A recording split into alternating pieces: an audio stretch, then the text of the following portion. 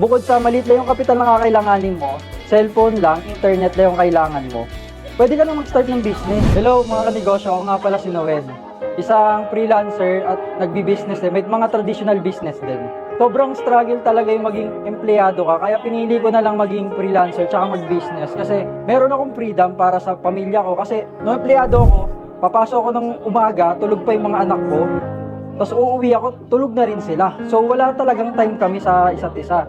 So naisip ko, bakit hindi ako mag-business?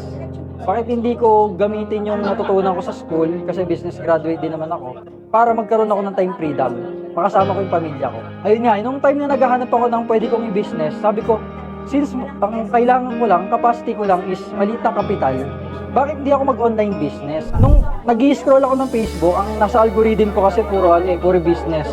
Online business, online opportunity.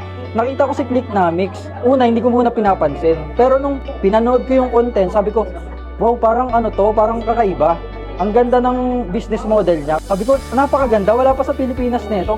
Itatry ko nga kung maganda pa talaga. Sobrang laki ng pagbabago kasi nung time na nag-join ako, sobrang ando doon ako sa pinaka-lowest ng buhay ko. Nag-business kasi ako pero nalugi ako. Yung Clicknomics nagpabuhay sa akin ulit. Nagbigay ng motivation sa akin ulit na magsimula ng panibagong business. Sa mga aspiring business owner o kaya may mga existing business na, okay lang naman yung mga traditional business. Maganda yan. Pero sabayan din natin ang mga online business. Kagaya ng affiliate marketing, yan. Kasi yung online business kasi napaka-less risk talaga. Bukod sa maliit lang yung kapital na kakailanganin mo, cellphone lang, internet lang yung kailangan mo, pwede ka na mag-start ng business. Bukod sa sipag at syaga, dapat din madiskarte ka. Dito kasi sa Clicknomics, tinuturo din kung paano yung tamang diskarte at saka yung community, tutulungan ka, hindi ka pababayaan. Tsaka yung mga coaches. Kaya napakaganda dito.